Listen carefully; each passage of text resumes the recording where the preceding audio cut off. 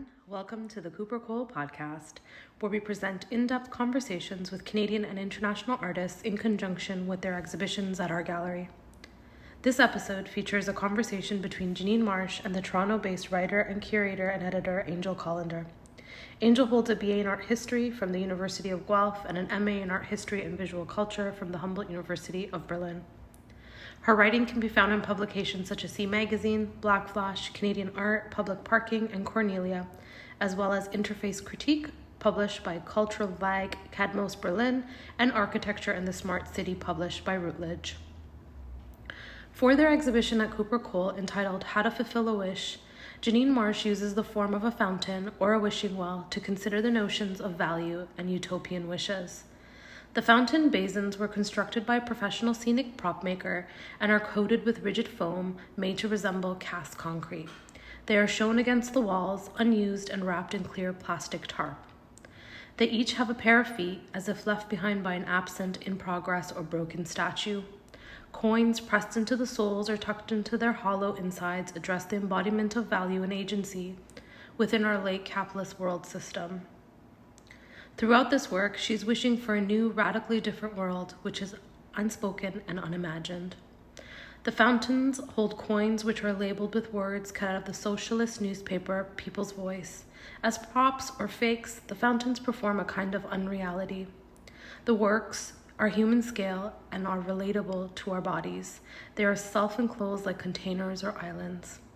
The fountain's statue feet are life casts of Janine's feet, made out of epoxy sculpt.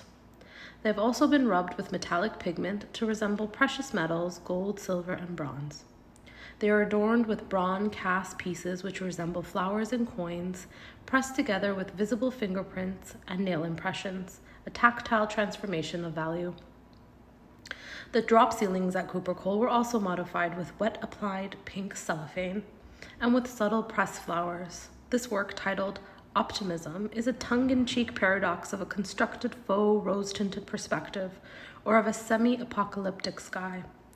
The exhibition also included hammered coins in the cracks of the floor, representing of a way of noticing the delineation and construction of space while altering and destroying value. Jenine Marsh received her BFA from the Alberta University of the Arts and her MFA from the University of Guelph. Her work has been exhibited in Canadian galleries such as Cooper Cole, Franz Kafka, and the Joe Project. She has also exhibited in international galleries such as Gianni Manhattan, Lulu Mexico City, and the Union Pacific in the United Kingdom. She has also served as artist in residence at the Banff Centre for the Arts, at Air Bergen, at USF, Riftet Bergen, and Rupert in Vilnius.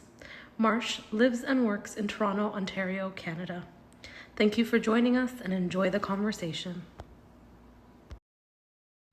Hello, I'm Jenine Marsh. And I'm Angel Callendar. And we're going to talk to you today about utopias and Marxism, possibly, and things like that, in the context of the exhibition that I recently had at Cooper Cole, How to Fulfill a Wish, which Angel wrote a wonderful text/essay for. I did. Yes. Yes. So I have a question to start us off on. Perfect. Hopefully the right foot. So when I was making this exhibition, I make installation art and sculpture that's often too big to complete in my studio and context specific. So this work was no different, where I didn't have the work and I didn't finish it until I was physically in the gallery. So I had 2 weeks to install in the gallery and didn't have it all finalized until it was really finished in the gallery. And I had asked Angel to write a text in more advance than my installation was. So I think I gave you a month's notice or something. I think you gave me about as much notice as you had for the show, but you did tell me that I wasn't going to be able to see the work before. Yeah. I mean, this might happen a lot in art and we just don't talk about it, but my project having to do with utopias and utopic thinking got me wondering if you had any thoughts about how having to write this text without seeing the work, writing this speculative text that's in the realm of the imaginative and the unrealized, how that might relate to your thinking of more intentionally written utopia texts and utopic thinking. Yeah. I mean, first and foremost, it is the way that I work when I am writing something, that I need as much information about it as possible. So seeing it is kind of incidental. I need background info, I need research in order to map it out and think through what the work is actually about. Yeah. Because that's what I care about. Yeah. The visuality. It is incidental. Yeah. So I didn't find that to be strange or difficult. Mm-hmm. And, we had meetings. Yeah. We met up. We talked about it. You sent me stuff. I did. The most helpful thing was knowing your work already, knowing that it is this straight through line of always building on top of what you did before. Yeah. So that was helpful. That's another thing. I think this is another thing that we don't talk about. If you're writing about an artist's work, is it a conflict of interest if you're close to them and you know their work very well? I don't think so. I think that makes it better. Yeah. That said, in terms of, the imaginary aspect of the whole thing, that's just the way utopia is. It's not real. Never has been real. Always been literary, which I think I said that. Oh yes, I said a fanciful concept of something that has never truly existed. Yeah, exactly. Always in the realm of the not yet realized. Exactly. But I think that's the intuitive thing of it, because I sent you this David Graeber article, which is called A Practical Utopian's Guide to the Coming Collapse in the Baffler. It's very long, very good, but people should read it. And in the last part of it, when he's winding down towards his conclusion, he's talking about the fact that whenever you want to propose some alternative way of the world, somebody's always going to shut you down by asking for your blueprint. Right. What is the answer? Yeah. As though it makes any sense. Yeah. Tell me exactly how to get there. Tell me every detail. How does the plumbing work in this world? Yes, every possible detail, everything that could ever possibly happen, which is kind of absurd. Not kind of, it is absolutely absurd. And he says that. He says, historically, this is ridiculous. The people in Renaissance Florence could never have conceived of the technology that we're dealing with, that capitalism has, subsumed. To ask for the blueprint of the world is not possible. That's right. Yeah. So I was using that. You got to go with it. Just got to have an idea and see what happens. Yeah, that's right. See what emerges through the process of writing or making stuff or having a conversation, which we're doing unscripted. Oh my God. We've had so many conversations, though. So many unscripted conversations. Hopefully this one's somewhere in the realm of those ones, those good ones. Yeah, that the didn't good plan ones. on having. So I like the thought that a certain kind of writing is curtailing this expectation for a blueprint. This is on the other side of the coin. Yeah. The realm of the non-blueprint. But it's also because your work is not finite and contained within the thing that you're seeing. I think if anybody went into that room with no context, how do they know what they're looking at? Yeah, I know. I got lots and lots of questions. There are obviously hints, such as destroyed currency and parts of bodies, and the shape of the main form is sort of a fountain. So if you think of coins and fountains, and you get the title's already provided, How to Fulfill a Wish, then you get this feeling that maybe there's something to do with currency, money, capitalism, embodiment, and with this wish. So if that's as far as a person got without any extra thought, that's then I'm pretty happy. good. Yeah. That's not bad. Yeah, totally. I mean, art is playing, or looking at art, I should say, is like playing detective, because there are always hints. That's not how I work as an artist. It's not placing hints for interpretation or anything, but hopefully art, when it's communicating properly, can be interpreted as if you're a little detective. I would say more that your work has Easter eggs. Your work is like an Easter egg hunt. I like that. Yeah, surprises. Yeah. I've been enjoying putting in very small details that are like treats for someone, like extra information, extra context, extra grittiness, and beyond the obvious anti-capitalist thing, there's a lot more personal poetics going on in there if someone spends the time to look. I was very happy that you were happy with the text. I know your work very well. I resonate with its concepts and its major themes. Yes. we share a brain on a lot of those things.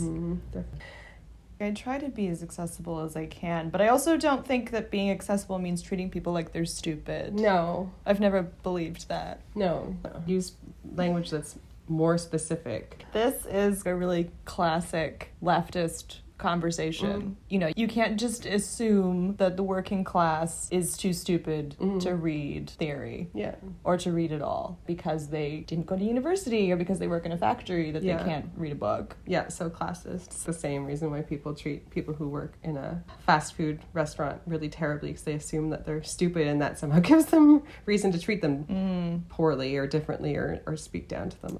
Okay, so I wanted to talk about a very rich topic that I do get to in the text at the very end, which is my affinity for the phrase that you like to use, end stage capitalism. Right, yes. Very rich topic.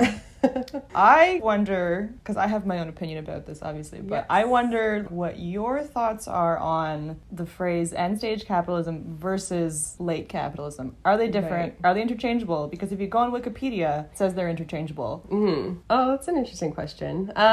Late capitalism, for me, means that it's not early capitalism. Like, early capitalism was when we were figuring it out and when merchant class was rising and industrialism. And late capitalism, I think, is this global situation that we're in, oligarch situation. Also, the power is within the hands of those who hold the most money, and it's planetary, and there's a general collapse and thirst and a hunger and a pain, and through, you know, the other 99%, whether they can acknowledge it or not, especially if you're liberal, you know. But that's the stage we're in, because this late stage capitalism. But what I'm talking about, and I'm not a scholar in this, so this is just totally my own thinking. So when I talk about end stage capitalism, I'm thinking about the trajectory, because capitalism, it has this implication within it now, and we're taught that this is just the future. This is how it's going to go forever.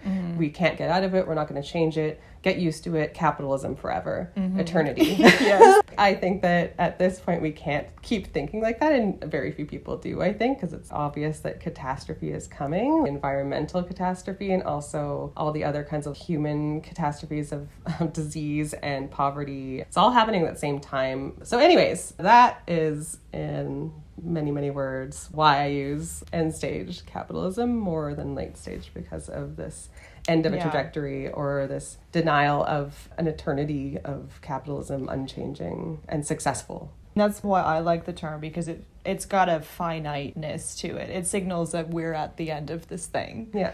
This project may have lasted a few hundred years, but I don't think it has much more in it. Yes, something's gonna happen, and it's probably gonna be pretty rough. Yeah. For at least a long time. I think there is a potential for some turnarounds, maybe, like this utopic hope, a Star Trek vision. Post World War III, we all come together, and the aliens come and teach us about humanity. I started doing a lot of reading about just the term late capitalism. What has this become in pop culture discourse? A lot of people were writing about this like 2012 to 2017. The one that I sent you, this person actually is saying Jameson, our good friend Jameson, is the one that brought the phrase late capitalism into popular vernacular. But what I did find out is that the term itself has already changed since it was first written, which was the turn of the 20th century. So early 1900s. Whatever late capitalism was then could not possibly be even close to the same as it would be now. But even after Werner Sombart wrote about it, somebody else wrote about it later than that, saying it was definitively the period from World War II into the early 70s. Tech boom. At the fringe of it. Kind of, But then saying that it ended in the 70s predates neoliberalism, which I would think of as being the beginning of this end stage capitalism. That for me would be the cutoff point. Yeah. Like once you start having global finance, Yeah. and you start outsourcing manufacturing, Yeah. we end up where we are now. Yeah. I remember the first time someone became a billionaire, like officially. I remember that and being like billion, like billion. And now there are something like 10,000 billionaires or something like this. So crazy. I know. So they have like their own little money village. Yeah. Spread across the planet, of course. And I kind of, against my will, end up with a lot of those hustle grind set videos. Describe one. Like, people send them to me because they know that I hate them. I mean, it's usually just a video podcast, like a guy sitting on a chair and then another guy sitting on another chair, and they both have microphones in their faces. And the one guy is like, I don't want to be a billionaire. I want to be the first trillionaire. I'm like, what the fuck does that mean to you? Wow. Winning, I won life and planet Earth. I won it. It is like inconceivable. Yeah. Literally inconceivable. Like you can't even conceive of a billion. I honestly, I know people think it's stupid, but the thing of the rice with like, this is a billion. Oh, I know the and piles. This is a million. Yeah, the visual changed my life. Visual representations of how big a billion is. As a visual learner, yes. Hers like a million is so small. It was like this big. Yeah. And then the billion one was the size of a person. Yeah. It's really, really mind blowing. That's end stage capitalism, folks. That's it. Some guy sitting on a couch saying he wants to be a trillionaire. Yeah. Wow. And happily. Yeah. Yeah. Amazing. I know. Or like the guy who was like, here's how you get 21 days in a week. Oh, yeah. Have you seen that? We've talked about it. So funny. Oh, I sent it to you. That's right. Yeah. I still can't wrap my head around it. Like, I don't get how it makes sense. My first day starts at 6 a.m. and goes to noon. And then my second day is from noon to 6 p.m. And my third day is from 6 p.m. to midnight. So then, assumedly, he sleeps from midnight to 6 a.m. But then, like, I don't get it. Like, what are you accomplishing in 6 hours as its own day? What happens to the sleeping? That's technically 4 days and 24 hours. I know. This poor guy can't even do math. No. But he's like so confident. He literally says like, I'm not crazy, you're crazy. Self-assured like, sociopath. I don't know, man. I guess. Yeah, I've been thinking about Just the disconnected. sociopathy Yes. of not just capitalism, but the Because era of capitalism that we are in. I know. We are taught to be not very sensitive beings. I think that there are some things that have come about more so in the past decade, 20 years, that really characterize this period for me. Mm-hmm. And one of them is not just a lack of historical knowledge or insight or context, but a complete detachment from history, as though we are not subjects of history. Totally, yeah. As though the moment we are in has not been historically determined in some way. That is a big thing that I've noticed, as well as this increasingly manufactured lack of consequences. Totally. For some. Yeah, we're living in this extended, stretched out present, like where we can't imagine a future. We can't imagine beyond capitalism. We can't imagine how it would have been to not live in capitalism. We can't imagine what it would have been like to not be able to like order things on Amazon, or that, I couldn't have the internet. How does someone, a millennial, imagine not having a smartphone? I mean, I'm a Luddite, so.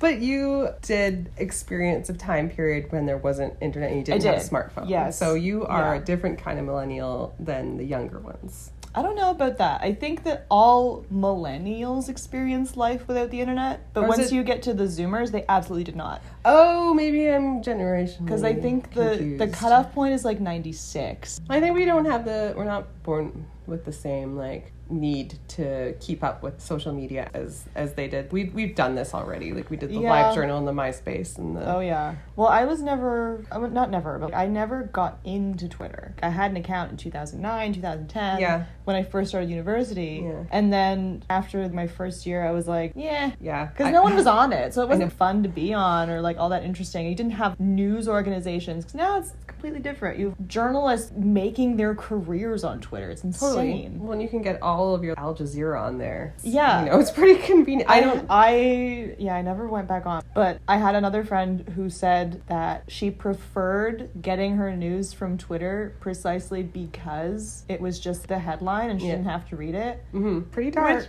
I mean, if you want to have a real conversation about information, that's different. Mm-hmm. I do think we have too much. But I think the instinct to be like, I don't need to read the thing. Mm-hmm. I don't need to actually know what it's about. Yeah. I just want the headline and then I'm going to move on with my day. Yeah. That is dark. I agree. I get that we're oversaturated and it's too much. I completely agree with that. Yeah. That's why I don't read the news anymore. I generally will see a headline that's posted by NPR, Al Jazeera, and sometimes they post news, I think, purely because they received a wild video someone took with their phone. Mm-hmm. I've seen some very disturbing stuff on there. Like, it's crazy. I know. Buildings collapsing and like people totally dying. Like in this video. Standards. This is kind of what I'm talking about. Like this end stage capitalism, like we're detached from history. There's no consequences. Yeah. Like it is the fucking Wild West. In every sense, in every industry. Yeah. Like there's no standards for anything anymore. Entertainment is the only standard. Yeah. And if you click on that article and you go to their website, somebody makes money. You know?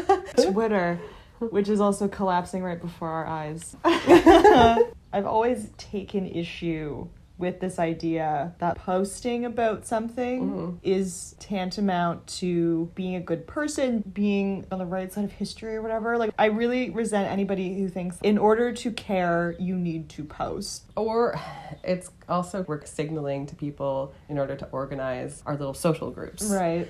It actually performs more of a social role than political role. Oh, absolutely. I guess that's what you're saying. 100%, yes. But I also think it is the thing that strips people of their political consciousness. Because if that's all you have to do, if all you have to do is post this infographic, which I'm so glad I don't see all that much of these days. Donate to this GoFundMe. Like, that's it, you're good. Yeah. That's all you need to do. Yeah. And if you have any sort of political consciousness whatsoever, you have it pretty ingrained in you that is so far from being anything you need to do. And we've talked about this article that you sent me.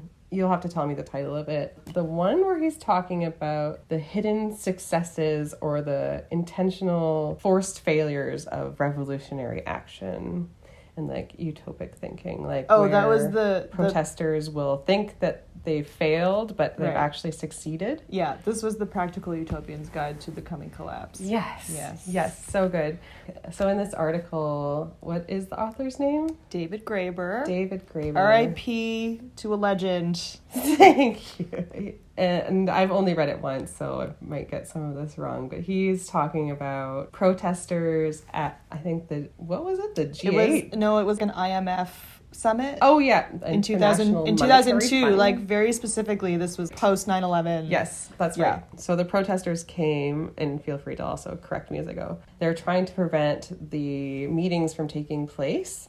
The cops came in, sent everyone home, barricaded everything, and so the protesters went home thinking that they'd failed, and that's what the media reported too. But then someone had a friend who was on the inside who was working at these events, and they had the inside story that the meetings had generally been canceled because of how much police presence ended up coming, and the protesters did prevent people from entering the building for their meetings. So they did successfully shut down this summit. Yeah. But they prevented that story from being leaked to the public because they would rather the protesters believe that they're ineffectual than to be able to proceed with their meeting. Yeah. Like they'd rather fail in their aims than let the protesters feel that they had succeeded in theirs. Exactly. Which is wild. Yeah, I mean, this is a crux of that whole article. I think it's really close to the beginning where he's saying the creation of this sense of failure, that political action is ineffective, to make people believe that becomes the objective. Yep. Not about actually stopping anything from happening, but just from believing that doing anything is impossible. You don't change anything. Yeah, totally. And that is exactly the whole world right now. It's That's like where, the world we live, will burn so that the billionaires can keep their money. Yeah. And so I mean, you can't take it with you. We're left in this condition where this has gone on for so many years that the planet is ruined because we weren't able to feel that we had any agency or power beyond holding up a sign and being sent home or arrested, you know? Yeah. And the funny thing about that article, too, is that it was written 10 years ago. Oh, my God. I just want to put that in there. Yes, it was written in 2013. While I was reading that, I kept reminding myself of that. That's wild. It's very pertinent, but also, like, I wonder what an update would sound like. Honestly, probably not that much different. Maybe just more catastrophic. Yeah, but the shape of it is pretty much right there. It's pretty much the same. Yeah. I don't remember. Did he talk much about environmental? He mentioned it a little bit, but 10 years ago, this wasn't the same conversation. We thought at we all. had 50 then to even start worrying about it. Well, and he mentions it near the end when he's wrapping it up and sharing his own feelings about what the utopia of the future would be. Like, what is the revolution that we would have to enact now? And like his thing that he's putting forth in this section is that the revolutionary demand right now would be to cancel all debt. Yeah. Everywhere, all over the world. Yeah, the Jubilee. No matter what. Yeah. And I agree. Yes, I know. I absolutely agree. But he says that canceling debt and the climate catastrophe, they are completely related to each other. Yeah. Which is true even in as much as every crisis that we are dealing with is connected to each other. Yes. You can't separate anything anymore. Or if you ever could. I doubt you ever could. No, it's not possible. Because without certain conditions, like everything is interrelated. Yeah. As Jenny Holzer said, everything is delicately interconnected. I'm reading this book called New York 2140 by Kim Stanley Robinson. Oh, yes, you mentioned this the other day. I hadn't heard of it until someone recently recommended it to me. It's from 2017, I'm pretty sure. And it's about climate disaster that leaves New York underwater in 2140. And it's like, that was in 2017. And now it's feeling like, I don't think we are going to have to wait until 2140. No. I think in the book, if I'm correct, the floods that came in two surges may have come a little earlier than 2140, but I think we're pretty close to something bad. He explains how the ice of Antarctica and the North just unfreeze, basically, by having contact with water as soon as they're not protected by these ice barriers. Anyways, it's a very, very good book. If I may, I want to actually read a little bit from this article that we were talking about, because David Graeber says it better than either of us possibly could, just sitting here on my couch. He says, at the moment, probably the most pressing need is simply to slow down the engines of productivity. This might seem a strange thing to say. Our knee-jerk reaction to every crisis is to assume the solution is for everyone to work even more, though of course this kind of reaction is really precisely the problem. But if you consider the overall state of the world, the conclusion becomes obvious. We seem to be facing two insoluble problems. On the one hand, we've witnessed an endless series of global debt crises, which have grown only more and more severe since the 70s. That's bleak already. To the point where the overall burden of debt, sovereign, municipal, corporate, personal, is obviously unsustainable. On the other, we have an ecological crisis, a galloping process of climate change that is threatening to throw the entire planet into drought, floods, chaos, starvation, and war. The two might seem unrelated, but ultimately they are the same. What is debt, after all, but the promise of future productivity? Saying that global debt levels keep rising is simply another way of saying that, as a collectivity, human beings are promising each other to produce even greater volume of goods and services in the future than they are creating now. They are precisely what's destroying the planet at an ever-increasing pace. True. There you have it, folks. There you have it. And then he kind of talks about 3-day work week, 5-hour work days, something like this. 4-hour work day, 5-month vacation is what he said. 5-month vacation. And that's kind of sounding utopic to me. It sure is, Janine. Right? like, I think that some people, most people, and probably me 10 years ago or 5 years ago, if someone were to ask me what I thought about utopia, I'd be like, oh, well, that's this dreamland where nobody has to do anything and you just eat candy all day long. It's like Sweet Candy Mountain or Big Rock Candy Mountain, kind of dreamland. And that's not what I'm thinking thinking of in terms of like my utopias or like socialist utopias, but the socialist utopia is based on labor and is based on shared effort and stuff like this, but it's a different kind of labor. It's a different kind where productivity isn't towards consuming as much as possible. Yeah, it's not about the economy. No, yeah, consuming to reinforce the economy, which is paying billionaires. It's fake. It's fake, folks. We made it up. It has only existed for about 300 years. Mm-hmm. Yes. Oh, I remember at one point you said you wanted to talk about Plato. Do you still want to talk about Plato?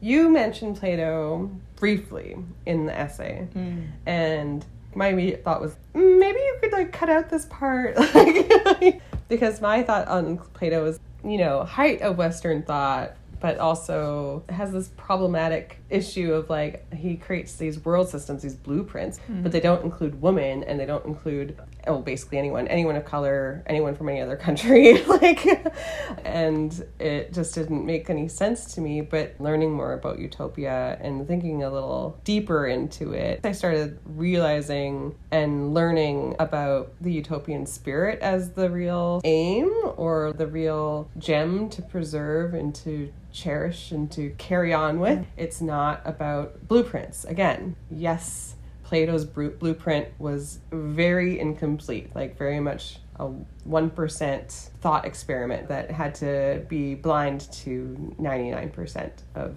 reality. But it was still an attempt at something. It was an attempt to make a world better, an attempt to put order on things that were disordered in his mind, which is one way of creating utopias, I guess, is order. But it was a democratic society.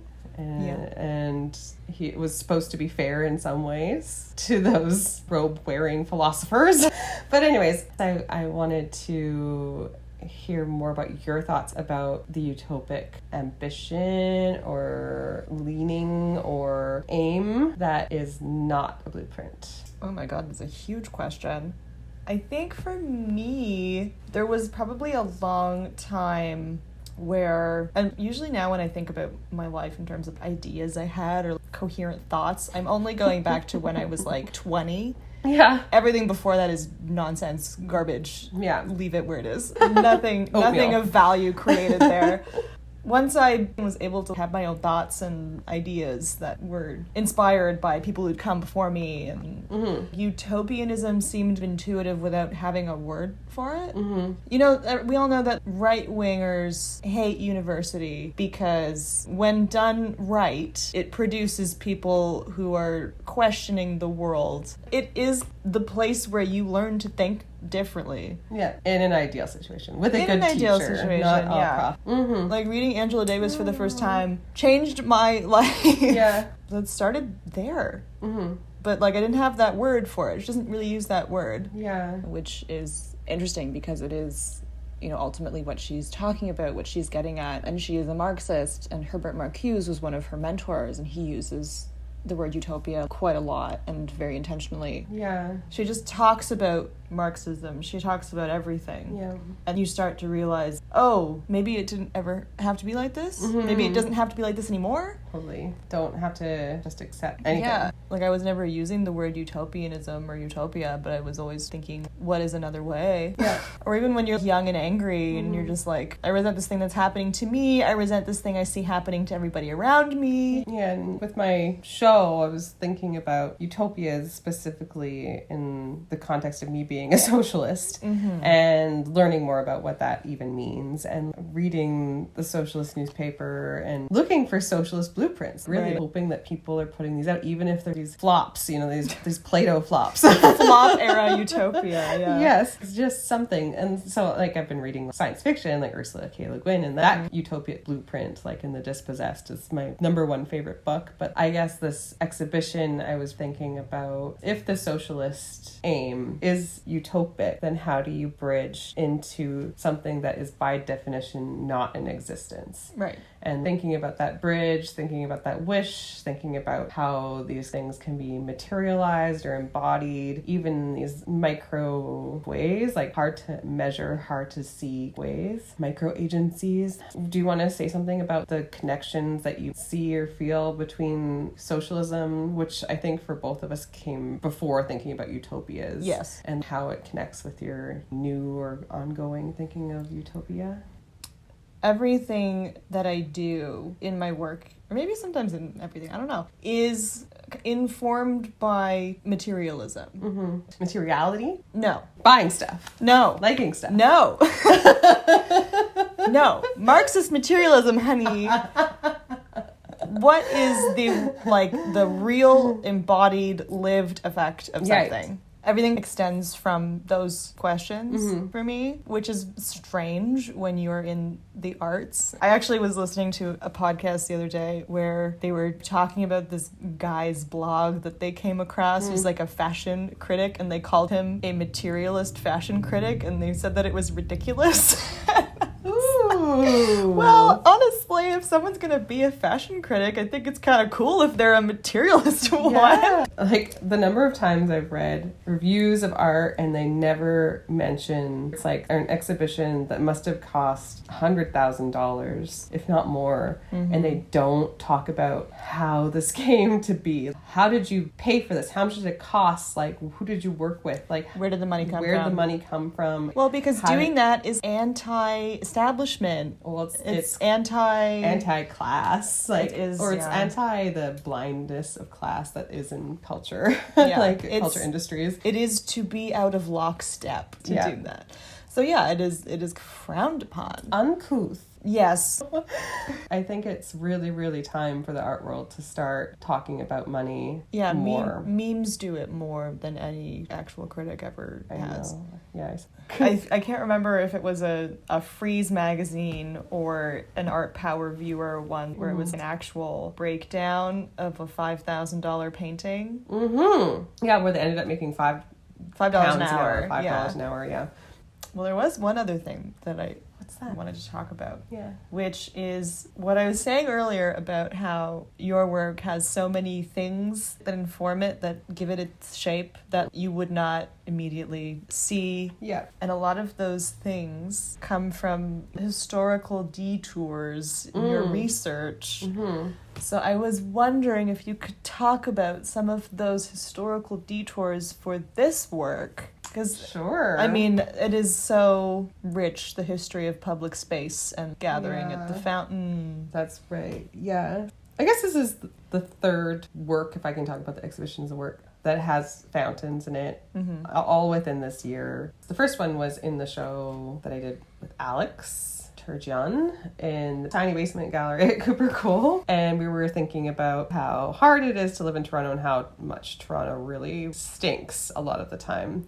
And how yes, and how like you know housing is almost impossible to get, and we're like professionals that teach at the university sometimes, and we can't seem to keep a home, can't seem to keep a job, barely can afford a studio. I can barely imagine what it's like to be a single mom, a refugee. It's just ridiculous. The gaps between us are huge, but it's already so bad where we are, where Alex and I are, and maybe you feel the same. So started thinking about public space a lot. Already had been. I'm already really inspired by the beauty and ugliness of Toronto, the decaying neighborhoods that are now bought and sold for $3 million and renovated, and next door is almost a flop house, really falling apart, and it's just because their landlord is letting their house fall into mush so that they can sell it to another developer. We all know this story. We see it everywhere. It's not just Toronto. It's in small cities and things now. And yeah, I've always taken a lot of inspiration from stuff that I found and picked up and turned into artworks, trying to find potential within the refuse. And then through my research, I was reading a lot of Sylvia Federici.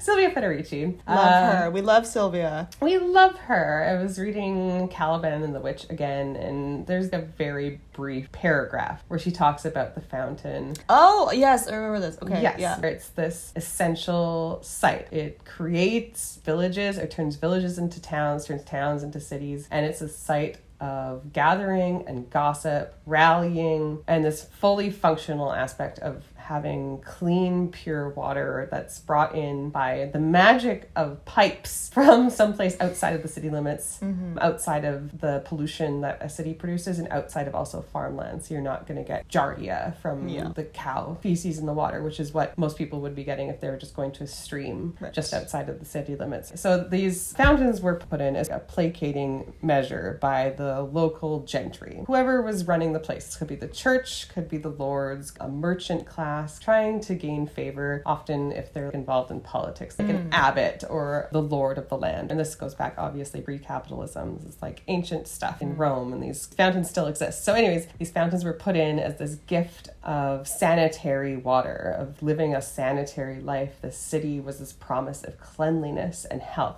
because you were no longer going to die of dysentery because you had this amazing thing. And so cities were built around these wells. People moved in and industry was able to flourish, put things together, build huge buildings, buy stuff. Big markets also were erected around fountains. So these fountains obviously still exist in contemporary cities, and there's still sometimes city centers in some cases, especially in old cities like in Rome. Here we have our weird dog fountain, but people do flock to it. There are fountains in lots of parks that people go to. Sometimes they're not on for no reason at all, and sometimes they're removed and you don't know why. But anyways, these fountains, you could not gather water from them. You could not wash your fruit in them. You could not water your animals or bathe your children in them. They've completely lost their functional aspect. So they're fully in the realm of the symbolic and the social. Still can go there to gossip and socialize and rally, but it's completely detached from the actual process of regenerating your health and feeding you, physically recharging you in any way. So I was really interested in this insistence of the fountain as a center of a city through history, through capitalism, all the way into the present. It's still here, we still have it, and we still cling to it as this symbol of a functioning place you want to be. The ideal image of a city is found in a fountain.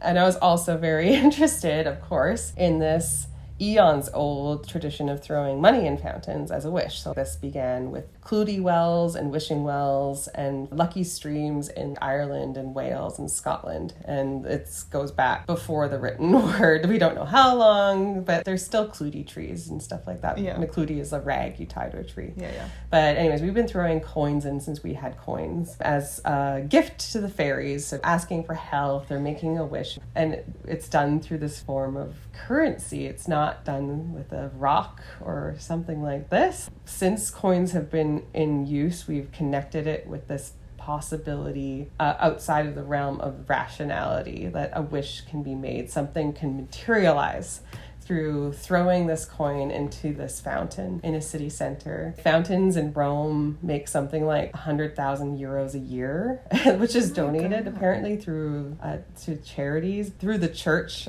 somehow. So it's like, who knows? Right. Anyways, there's no climax to all these stories that I'm telling. All this interweaving of these different histories, this different use of capital or the transformation of cities around this symbolic object, this fountain, and also the transformation of capital around the symbolic object, the coin, is really interesting to me, like how capital is truly dematerializing into credit, and we're acknowledging now that money is debt, money is an absence. It's not actually a thing. And we know that coins are produced by and owned by governments and mints. So the idea of owning money is completely imaginary. You have an IOU, you have a symbolic token to hold for it if you have a coin. And my fountains use a lot of pennies, which of course have been out of circulation for some time. I read an article where they're seriously considering the removal of the nickel in the next 5 years. Money is totally dematerializing. It's going to vanish pretty quickly. So all of these thoughts and ideas are running together and guiding me in my decisions materially, guiding me in my questions that lead me to more questions, which lead me to making things, which lead me to just more questions. But lots of really good conversations, and I learned so much about utopias through this project, and I can't wait to keep reading about it. There's a couple things that you said that pinged something for me, because there was another other David Graeber article that I was reading. I think I also sent this one to you. The one that's primarily about the UK. The one that was called Despair Fatigue. Yeah. He says quite a lot of things in that article that you know they're true, but you've never really seen anybody say it outright so well and so plainly. Yeah. He does that a lot in that article. And he says in 2014, the Bank of England made this statement called Money Creation in the Modern Economy, where they just admitted that money is not created by the government or even central banks. Money is created by private banks giving out loans. Money is created by interest. When you pay interest, you are printing money. Yes. Making it magically appear, because where else does it come from? And it's of course coming from your pocket and your, Yes. your labor. But If you're a regular person, yes. that cash doesn't exist until you pay that interest, until you owe that money. And the huge amounts of interest that are paid on things like new oil endeavors, for instance, Yeah, you're thinking a little colonial bigger than me. endeavors, like the kind of, that's really where we funded capitalism. Yeah. Sounds so good. Love that we uphold this system. So good. It comes right back to what he also said, that like the revolutionary ideal would be to cancel debt. Yeah. Could you imagine? That'd be great. I have quite a bit. Yeah, I think about this all the time. Also that to say, the fountain as a gathering place, I mean, you have this whole history of the decimation of the concept of the public square. Commons. Yeah, there's no more commons. What better way to discourage people from talking about their political ideals and their ideas for the future, and to make them feel like anything they could do is ineffectual than to decimate public space? Completely. Exactly true. No more collective kitchens, no more collective childcare, the expectations of normative living. All of this separation into the private property world is really, exactly a devastation of the social power that we could have and do have in theory. It is existent in all of us. Yes. And within the capacities of a city. It lives within you. Yeah. Yeah, I know. I was having this exact thought yesterday. I was walking around thinking about how everything that I was seeing around me felt so full of despair. And you can feel this devastation way more than even like a few years ago. Yeah, I agree. It's happening in front of our faces. Yeah, maybe a few years ago I'd be like, I'll get back on my feet. But now it's kind of like, nope. Down from here. This is what it's going to be like or worse. It's very mundane, but it's a parallel of within and without, of this way of seeing the world. Or seeing... like an acceptance of consistent loss. I don't know if it's even acceptance. Expectation Exhaustion? of consistent loss. Yeah. It's so crazy to think about the fact that a lot of things that have happened in people's lives are like older than us is just a matter of luck of what time in history they were born. Yeah, and where. There are so many things that were more available to everybody 50 years ago. You're talking about boomers. I am talking about boomers, Oh my yes. God. I am talking about boomers. Well, I think about all these things all of the time. Same. All night long. Keeps me up at night. Yeah, and then I make a little sculpture. Well, they are beautiful sculptures. Thank you so much. Like I wanted to say with your text or with exhibition texts that I appreciate, they're not a description, they're a side project or like adding a second wheel to this vehicle of art, which is like, it's different, but it adds stability with its own voice. It's not two wheels, it's not a great metaphor. Putting a but horse on the cart. There. We did it. So without the horse, it's just going to sit there. Great metaphor. We did it. Thank you so much. I mean, Spoken. that really could only have happened in a text where the work did not yet exist at the time that it was written. In a way, you made that happen. I'm so glad. I would just like to say very briefly that the one thing I learned while writing this text that has stuck with me that I still find kind of interesting is that I did not know that Machiavelli's The Prince and Thomas More's Utopia were written like at the same time. So That wild. is something that completely escaped me for a very long time. And the fact that both of them still 500 years later are enduring critical pieces of literature, like, but that express completely opposite sentiments about what society should look like. Yes, and what humans are. Yeah. Yeah. Yeah, Machiavelli is winning, by the way. He's winning. That's true. He may be roasting in hell, but he is winning up here. He's laughing. Yeah. Yeah. Yeah. So that's fun for all of us. Side note, Utopia by Moore, they're slaves. Yeah. And it's a prison colony. Yeah, they had to man-make an island using forced labor. Yeah. I think, yes, right? Something like that. Yeah, and they had long time since I read wars. It was not all peaceful. No. Yeah, No. very interesting. But it is just the utopian spirit. Yes. Well, with that, thank you. Thank you so much. Thank you for talking to me and writing my amazing text, Angel. Oh, you're welcome. All right, well, thank you. Thanks for listening. Hope we're smart. Yes. Enjoy. You have been listening to the Cooper Cole podcast, available on SoundCloud, Spotify, and Apple Podcasts. Cooper Cole is a contemporary art gallery in Toronto, Canada, established in 2012, representing emerging and mid-career Canadian and international artists. This podcast was written, produced, and edited by the gallery team at Cooper Cole and hosted by Angel Callendar. The soundtrack was composed by Toronto-based artist Timothy Yannick Hunter. For more information, visit coopercolegallery.com or email us at info@coopercolegallery.com. You can also find us on Instagram at the handle @CooperCole.